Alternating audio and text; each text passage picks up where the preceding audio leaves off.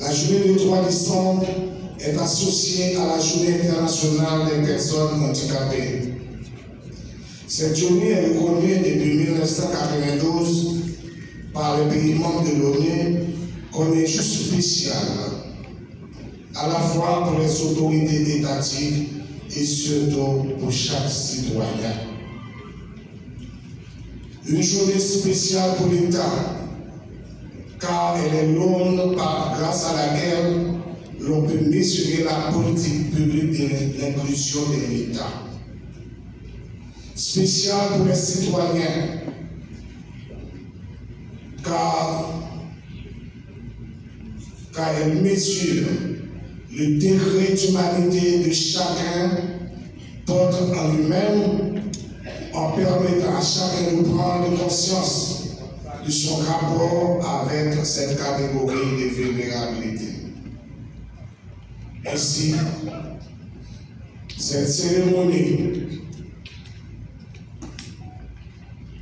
offre l'occasion au bureau du secrétaire d'État à l'intégration des personnes handicapées de rappeler à toutes et à tous que les personnes handicapées portent en eux cette humanité qui les rend égales à tous.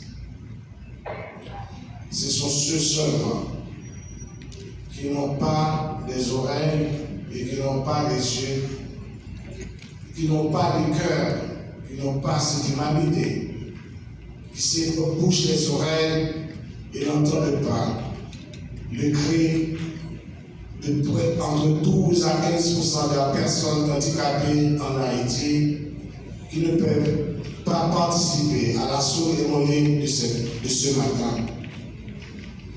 Malheureusement, beaucoup de nos partenaires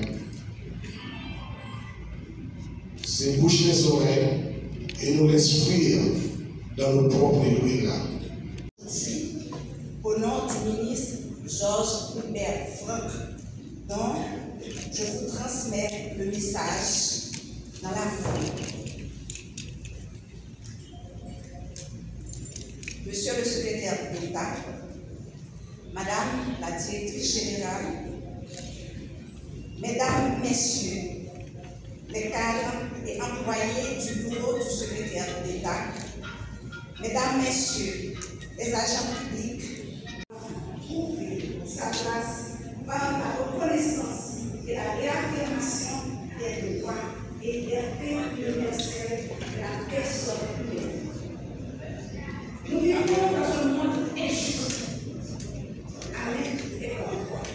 Injuste envers les femmes, injuste envers les jeunes, injuste envers les analphabètes, également injuste à l'égard des personnes handicapées.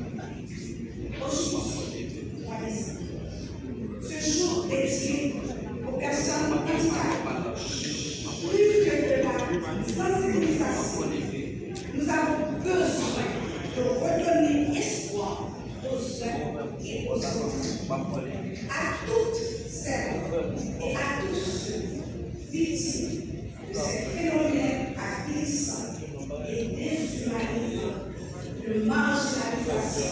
Qui sont déjà faits par le secrétaire d'État et aussi madame la directrice du cabinet du ministère.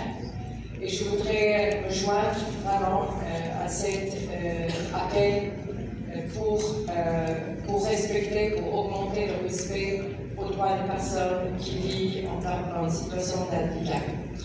Moi, je fais maintenant 2 ans et demi dans le pays. Quand je suis arrivée, déjà, c'était assez facile de pouvoir observer que la vie reste et a été très très difficile pour une personne qui vit avec un handicap.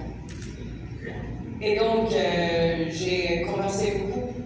On a conversé avec le secrétaire d'État et son équipe, mais aussi avec des personnes qui sont dans une situation de handicap, ou des parents, ou des enfants, dans une famille où il y a une personne en situation de handicap.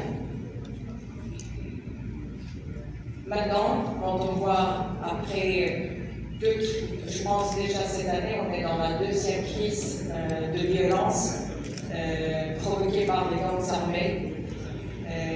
Et donc, on peut constater très facilement, selon sortant, quelques centaines de mètres d'ici, quelques kilomètres d'ici, les difficultés sont augmentées énormément pour les personnes en situation de handicap.